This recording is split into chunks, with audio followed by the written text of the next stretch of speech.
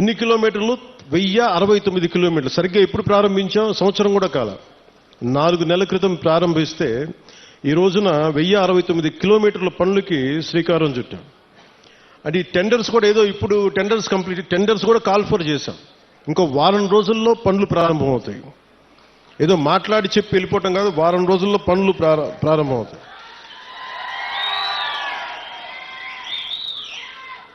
అంటే ఎవరికి ముందుగా ఈ రోడ్లు అంటే ఎవరికైతే అత్యంత particularly vulnerable group tribal groups ఉన్నాయో వాళ్ళకి చేరటానికి, వాళ్ళకి చేరువవ్వడానికి, వాళ్ళకి చిన్నపాటి సౌకర్యం కల్పించడానికి మా ప్రయత్నం. కూటమి ప్రభుత్వానికి ఇక్కడ ఓట్లు రాలేదు. ఓట్లు పడకపోయినా మీకు బాగోగులను చుట్టానికి మేము ఉన్నాం. ఇక్కడ ఓట్ల కోసం రాలేదు. ఓట్ల కోసమే అయితే నేను ఇక్కడ అరకు ఎంపీ గారి పేరు నేను చెప్పక్కర్లా, అరకు ఎమ్మెల్యే గారి పేరు నేను చెప్పక్కర్లా ఇక్కడ. కానీ ఇది ప్రభుత్వం, పార్టీలు మారుతూ ఉంటాయి, కొత్త ప్రభుత్వాలు వస్తుంటాయి, కానీ మనం ఎవరు శత్రువులం కాదు. మనందరం విభేదాలు ఉంటాయి, భావాలు అంటే వైరుధ్యమైన భావాలు ఉంటాయి తప్ప మనం ఎవరు కొట్టుకోవడానికి సిద్ధంగా మనందరం కలిపి ఎవరు ఏ పార్టీ అయినా సరే కూర్చొని అభివృద్ధికి శ్రీకారం చుట్టాలి. దాంట్లో భాగంగానే ఇక్కడ ఇందాక పంచాయతీ ప్రెసిడెంట్స్ అందరూ కొంతమంది మాట్లాడుతూ ఉంటే ఒకటే చెప్తున్నాను. మేము రాగానే 13,326 పంచాయతీలకి 100 రూపాయలు 300 రూపాయలు ఉన్నదాన్ని మేము 10,000 25,000 చేశాం. ఇన్ని సంవత్సరాల్లో 30-40 సంవత్సరాలు కాదు, గత స్వాతంత్రం వచ్చినప్పటి నుంచి ఎప్పుడు ఇంత డబ్బులు పెంచలే. అది ఎవరు కూడా, పంచాయతీలన్నీ గత ప్రభుత్వం పంచాయతీలు.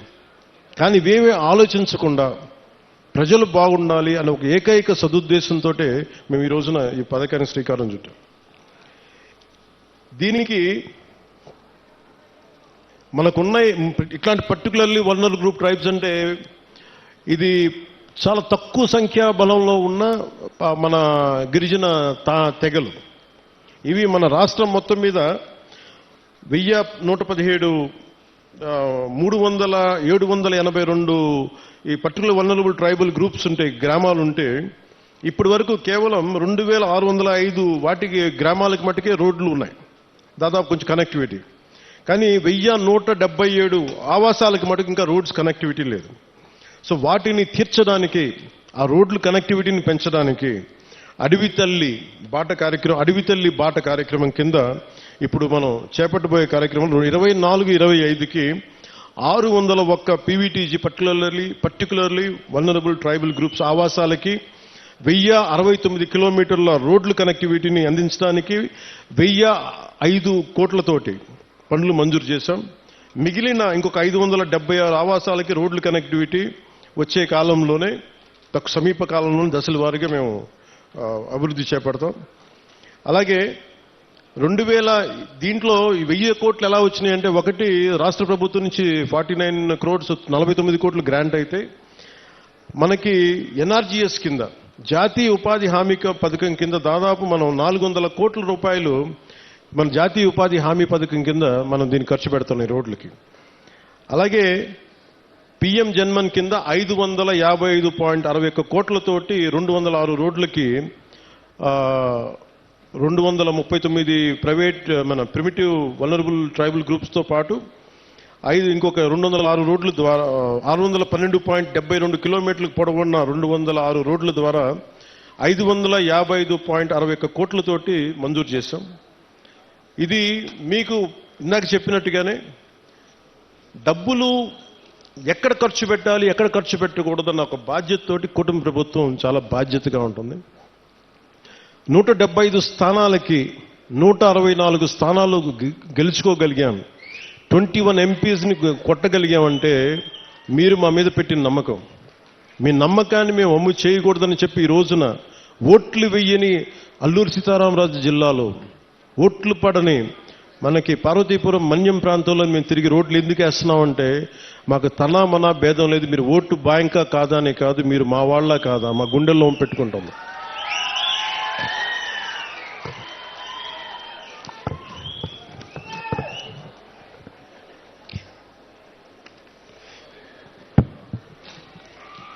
అలా ఇందాక కోడి తెగకు చెందిన గిరిజన మహిళలు చేసిన దింసా నృత్యం చాలా అద్భుతంగా ఉంది. వారికి నా ప్రత్యేక ధన్యవాదాలు తెలియజేసుకున్నాను. అలాగే కువి లాంగ్వేజ్లో కువి భాషలో నేను మాట్లాడాను. అంటే వాళ్ళు నేర్చుకొని కొంత అక్కడ పెద్దపాడుకు చెందిన శ్రీమతి మ్యాగీ గారు కొన్ని గ్రామ సమస్యలను నా దృష్టికి తీసుకొచ్చారు. అలాగే ప్రైమరీ స్కూల్లో పెద్దపాడు టీచర్ రంగయ్య గారు ప్రత్యేకించి పిల్లలకి ఎలా పాఠాలు చెప్తారో చెప్పి చాలా అద్భుతంగా చేశారు. చాలా అలాగే వర్షాలు పడుతున్న సమయంలో మాకు స్కూల్కి నీళ్లు గారిపోతున్నాయంటే వెంటనే అతి సమీపంలోనే అంటే వెంటనే 12 పనులు అడిగారు. ఆ 12 పనులని మంజూరు చేశాం. అది కూడా మీ దృష్టికి తీసుకొస్తా ఉన్నాను. 2018లో నేను ఇక్కడ ప్రత్యేకించి అరకు ప్రాంతంలో తిరిగాను. ఇక్కడ అరకు ప్రాంతంలో తిరుగుతున్నప్పుడు చాలామంది యువత ఆ రోజుల్లో కూడా నాకు గంజాయి ఎక్కువగా వెళ్ళిపోతున్నారు, యువత గంజాయి సాగుకి వెళ్ళిపోతున్నారు, దాన్ని నలిగిపోతున్నారు జీవితంలో. నేను ఒకటే చెప్పాను ఆ రోజు కూడా, మన అరకు మన పాడేరు సెంటర్లో కూడా చెప్పాను. గంజాయి అనేది మటుకు ప్రత్యేకించి అది ఒక సామాజిక రాజకీయ సమస్యగానే చూడాలి, ఆర్థిక సమస్యగా చూడాలి తప్ప దానిని కక్ష సాధింపుగా ఉండకూడదు. దాన్ని దయచేసి ఆ రోజైతే ఏం చెప్పాను, ఈరోజు కూడా అదే చెప్తున్నాను. యువత దయచేసి గంజాయి సాగు వైపు కానీ గంజాయి వ్యసనాలకు మటుకు లోనవ్వకండి. ఎందుకంటే తప్పుడు దారిలో వెళ్తే ఏదో ఒక రోజు మనం ఇబ్బంది పాలైపోతాం. వ్యసనాలకి బానిస అయితే మటుకు ఒళ్ళు పాడైపోద్ది, కుటుంబాలు ఛిద్రం అయిపోతాయి. ఇవన్నీ దృష్టిలో పెట్టుకొని మీరు ఒకసారి ఆలోచించి ఆల్టర్నేట్ ఏం చేయాలి. టూరిజంని డెవలప్ చేస్తున్నాం, యువత అంతా టూరిజం వైపు వెళ్ళండి. ఎందుకంటే పరిశ్రమలు పెట్టడానికి కూడా కొంచెం ఇబ్బంది ఉంటుంది. ఇందాక చాపరాయి దగ్గర బ్రిడ్జ్ అడిగాను. మన చాపరాయి మన ఇంతనా చాపరాయి కదా, చాపరాయి గంగమ్మ రైట్.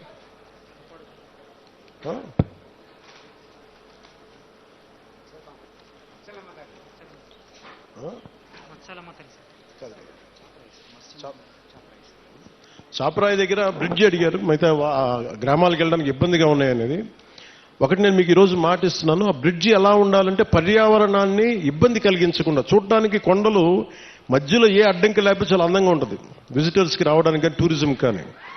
అందుకని టూరిజంకి ఇబ్బంది కలగకుండా, పర్యావరణానికి ఇబ్బంది కలగకుండా ఎలాంటి బ్రిడ్జి వేస్తే చూడటానికి బాగుండాలి, అలాగే గ్రామస్తుల కష్టాలు కూడా, గిరిజన తెగల కుటుంబాల కష్టాలు కూడా ఎలా చేయాలనేది నాకు కొంత సమయం ఇవ్వండి. కానీ నేను అందుకే నడిచాను, ఆ నీళ్ళలో జారిపోతూ ఉంది, రాళ్ళ మీద, ఆ చాపరాయి మీద, ఆ గడ్డ మీద నడుస్తూ ఉంటే జారిపోతూ ఉంది. అందుకని నేను అర్థం చేసుకున్నాను నా కష్టాలని. నాకు కొద్దిగా సమయం ఇవ్వండి, దానికి ఖచ్చితంగా ఒక అందమైన పరిష్కారం ఎదుగుతాం. పర్యావరణానికి ఇబ్బంది కలగకుండా టూరిజం పెరిగేలాగా, మీకు సౌకర్యంగా ఉండేలాగా ఒక తక్కువ సమయంలో, ఒక 2 నెలల సమయంలో ఒక పరిష్కార మార్గం తీసుకొచ్చి మీ ముందు తీసుకొస్తాం.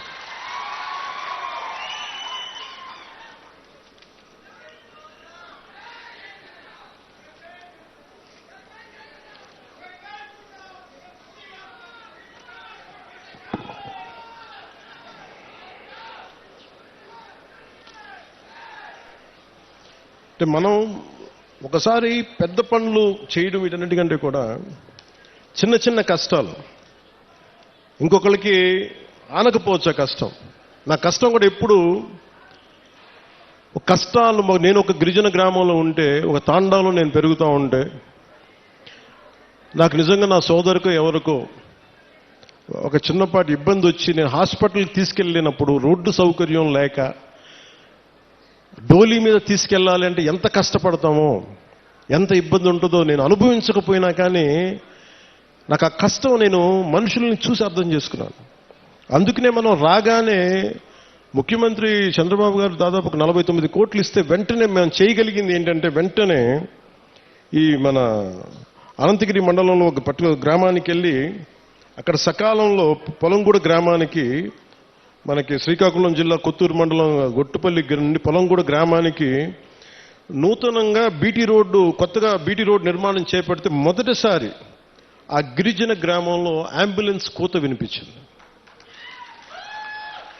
అంటే సకాలంలో సరైన సమయానికి అంబులెన్స్ రావడంతో ఒక గిరిజన గర్భిణీ మహిళ సకాలంలో ఆసుపత్రికి చేరి ఒక ఆరోగ్యవంతమైన శిశువుకి, ఒక బిడ్డకి జన్మనిచ్చింది. ఈ రహదారి ద్వారా 6 గిరిజన ఆవాసాల గ్రామాలకు చెందిన 1260 మంది డోలీ మోతల నుంచి విముక్తి పొందారు. ఇది ఒక అద్భుతమైన ఒక 10,000 మందికి పనిచేసేది కాకపోవచ్చు, డబ్బులు రాకపోవచ్చు, ఓట్లు రాకపోవచ్చు, దానివల్ల ఆదాయం డబ్బు ప్రభుత్వానికి రాకపోవచ్చు, కానీ మీ కష్టంలో మేము ఉన్నాం. మా కూటమి ప్రభుత్వం ఇది మంచి ప్రభుత్వం, ఆ ప్రభుత్వాన్ని కూడా నేను వాటన్నిటికంటే కూడా మీకు అండగా నిలబడే ప్రభుత్వం కూటమి ప్రభుత్వం. నేను ప్రత్యేకించి ఈరోజు మిమ్మల్ని కోరుకుంటుంది, 2018లో నేను ఇక్కడ తిరిగాను పోరాట యాత్ర. అప్పుడు అన్ని కష్టాలను చూశాను. ఎందుకంటే నేను కార్యకర్తలకు కూడా, జనసేన నాయకులకి, జనసేన కార్యకర్తలకు అప్పటికీ చెప్పాను, ఇప్పటికీ చెప్తున్నాను. అలాగే మన కూటమి నాయకులందరితో కూడా నేను ఈ భావాలని పంచుకుంటా ఉన్నాను. మనం కనుక ప్రజలతో మమేకమై తిరిగి కష్టాలని, వాళ్ళు ఏం కష్టాలు పడుతున్నారో మనం నిజంగా చేయగలిగితే, నాకు ఆ మనసు నలిగిపోయిన 2018 పోరాట యాత్ర అప్పుడు, అరే నా చేతిలో అధికారం లేదు, కనీసం చిన్నపాటి ఒక ఆడబిడ్డకి కన్నీళ్లు తుడిచిండే శక్తిని ఇవ్వు భగవంతుడాన్ని కోరుకుంటే, ఆ రోజు పరమశివుడు అనుగ్రహించి, నూకాలమ్మ అనుగ్రహించి, మోదమాంబ అనుగ్రహించి, ఈ రోజున కూటమి ప్రభుత్వాన్ని ఈ రోజున మాకు అధికారం ఇచ్చి, వాళ్ళ అధికారం ఇవ్వడం వల్ల మీ ఆశీస్సులు అంటే ఎంత బలంగా కోరుకున్నామో ఆ రోజున, ఈ రోజున మేము దాదాపు 1,005 కోట్లు, అంటే దాదాపు 1,000 కోట్ల పైన డబ్బులు 1,050 కిలోమీటర్ల రోడ్డుకి వేయగలుగుతున్నాం. రోడ్లు వేయటమే కాదు, మీ జీవితాలు కొంత మెరుగవుతాయి, కొంత ట్రాఫిక్ పెరుగుతుంది, కొంత మనకి టూరిజం డెవలప్మెంట్ ఉంటుంది. వీటన్నిటిని దృష్టిలో పెట్టుకుని ఇవన్నీ చేస్తా ఉన్నాం.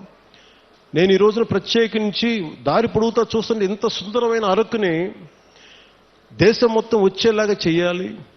అలాగే ఏం చేయాలని కూర్చోబెట్టి టూరిజం శాఖ మంత్రివర్యులతో మాట్లాడతాను, శ్రీ కందుల దుర్గేష్ గారితో, గౌరవ ముఖ్యమంత్రి గారితో మాట్లాడతాను, సంబంధిత జిల్లా అధికారులతోటి, కలెక్టర్ గారితో మాట్లాడి మీకు అభివృద్ధిలో ఇక్కడున్న యువత గంజాయి వైపు కాకుండా మీరు టూరిజం వైపు వెళ్ళాలి, సేవలు, మీరు సర్వీస్ సెంటర్స్ పెట్టుకోవాలి, ఇక్కడ కూర్చోబెట్టి చిన్న హోటల్స్ నడుపుకోవాలి. మీకు ఏదైనా స్థలాలు ఉంటే మీరు అక్కడ కూర్చోబెట్టి కొంచెం ఓపెన్ క్యాంప్స్ పెట్టుకునేలాగా, 10 డబ్బులు వచ్చేలాగా, కొంతమందికి వృత్తి ఉపాధి వచ్చేలాగా ఖచ్చితంగా కృషి చేస్తాం. అలాగే ఇందాక కలెక్టర్ గారు మాట్లాడుతా, ఇప్పటికీ 2,25,000లో మన కాఫీ తోటలు ఉన్నాయి. ఇంకో పట్టులకి జిరాయితీ పట్టాలు కానీ, లేదంటే పోడు పట్టాలు కానీ కలిపి ఇంకొక 1,00,000 పైన మేము ఎకరాల్లో కాఫీ తోటను సాగు చేయాలనుకుంటున్నాం. దీనికి కాఫీ తోటలు పెంచాలంటే ఎత్తైన చెట్లు, వృక్షాలు కావాలి. అందుకని ప్రత్యేకించి అలాంటి వృక్షాలు పెంచాల్సిన చోట దాన్ని ఈ మనకి ఉద్యానాలని పెంచే దాంట్లో జాతీయ ఉపాధి హామీ పథకానికి, ఆ పథకం దీని కింద వర్తిస్తుందా అని అడుగుతారు. ఖచ్చితంగా దాన్ని పరిశీలించి, ఇక్కడ అంటే నా భయం ఏంటంటే, ఒకటి సిల్వర్ ఓక్ ఎప్పుడు కూడా వల్నరబుల్ టు ఫారెస్ట్ ఫైర్స్, అంటే ఎక్కువ మంటలు రగుల్చుకునే అవకాశం ఎక్కువ ఉంటుంది. అది స్థానికమైన చెట్టు కాదు. సో ఇప్పుడు వేసేసాం కాబట్టి మనం ఏం చేయలేం. కానీ భవిష్యత్తులో కలెక్టర్ గారికి కూడా, మన పంచాయతీరాజ్ శాఖ ప్రిన్సిపల్ సెక్రటరీ గారికి కూడా, అలాగే ఇక్కడ ఉన్న ఫారెస్ట్ అధికారులకు కూడా, మీరు సిల్వర్ ఓక్ వేసేటప్పుడు దానికి ఆల్టర్నేట్ దయచేసి కొత్తగా, ఫాస్ట్గా, తొందరగా ఎదిగా ఏవో ఆలోచించండి. ఖచ్చితంగా 1,00,000 ఎకరాలు కాఫీ సాగు ఉంటే, కాఫీ బోర్డు నిర్ణయించుకుంటే ఖచ్చితంగా దాన్ని మరింత ఆదాయం పెరుగుద్ది, మరింత మనకి యువతకి ఉపాధి అవకాశాలు ఉంటాయి. దీన్ని దృష్టిలో పెట్టుకుని పర్యావరణానికి, ఎందుకంటే ఎసిడిక్ ఎక్కువైపోద్ది, మన సాయిల్లో ఎసిడిటీ పెరిగిపోద్ది ఈ సిల్వర్ ఓక్ వేస్తే. అది మన నేటివ్ ప్లాంట్ కాదు. అందుకనే పనస కానీ, మామిడి కానీ, ఇంకా తొందరగా ఎదిగే మొక్కలు ఏమున్నాయి, వీటన్నిటి వృక్షాలు ఏమున్నాయి, వీటిని దృష్టిలో పెట్టుకొని ఖచ్చితంగా కలెక్టర్ గారు అడిగిన ఈ ప్రతిపాదనని ముందుకు తీసుకెళ్తాం. ఖచ్చితంగా 1,00,000 ఎకరాల్లో కాఫీ తోటని ముఖ్యమంత్రి గారు తెలియజేశారు. ఖచ్చితంగా దీన్ని సాధిస్తామని మీ అందరికీ తెలియజేసుకుంటాం. సో మీ అందరికీ మరోమారు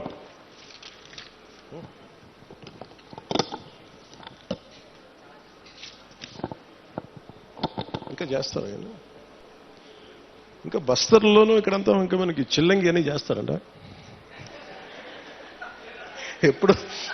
చిన్నప్పుడు నేను తులసి నవలు చదివాను, కానీ బస్తర్ నుంచి దార్కా వచ్చాడు, కాద్రా వచ్చాడు. నవల్స్లో బాగుంటుంది, కానీ నిజంగా అంటే ఎందుకో ప్రత్యేకించి పోలీస్ శాఖ అధికారులు నా దృష్టికి తీసుకొచ్చారు, ఎస్పీ గారు నా దృష్టికి తీసుకొచ్చారు, ఎస్పీ గారు, డిఎస్పీ గారు ఇద్దరు. అంటే అరకు పరిసర ప్రాంతాల్లో ఇప్పటికీ చాలా మంది చెడుపు, చిల్లంగి మరియు చేతబడి వంటి మూఢనమ్మకాలని ఉన్నాయి. దానివల్ల పొరపాటున మానసికంగా మన ఇంట్లో బాగలేకపోతే ఒకరికి ఎవరికైనా మానసిక వ్యాధి ఏదైనా వస్తే మనకు పడని శత్రువు ఎవడన్నా చిల్లంగి చేశాడు, చేతబడి చేశాడు అని చెప్పి కొట్టి చంపేయటం ఇలాంటి చేయటం దాదాపు గత కొన్ని సంవత్సరాలుగా 9 మందిని చంపేశారనేది ఒక రికార్డు పోలీస్ శాఖ అధికారులు పెట్టారు. సో వారి విజ్ఞాపన, వారి విన్నపం ఏంటంటే ఎట్టి పరిస్థితుల్లో మీరు దయచేసి దీని అలా ఆ మూఢనమ్మకాల వైపు వెళ్ళకండి. ఏదైనా బాగలేకపోతే ఎందుకు బాగలేదు అని దృష్టిలో పెట్టుకొని అట్లా ఆలోచించమని, అందుకని దీనికోసం ప్రత్యేకించి వికాస్ అనే ఒక కార్యక్రమం ప్రారంభించారు. ఈ పై విషయాలన్నింటినీ అంటే దీనికి గల కారణాలను పరిశీలిస్తే మూఢనమ్మకాలని మనకి ఇంట్లో వాళ్ళకి బాగలేకపోతే చేతబడి చేశాడు, చెల్లంగి చేశాడు అవన్నీ సినిమాల్లో బాగుంటాయి, నవల్స్లో బాగుంటాయి.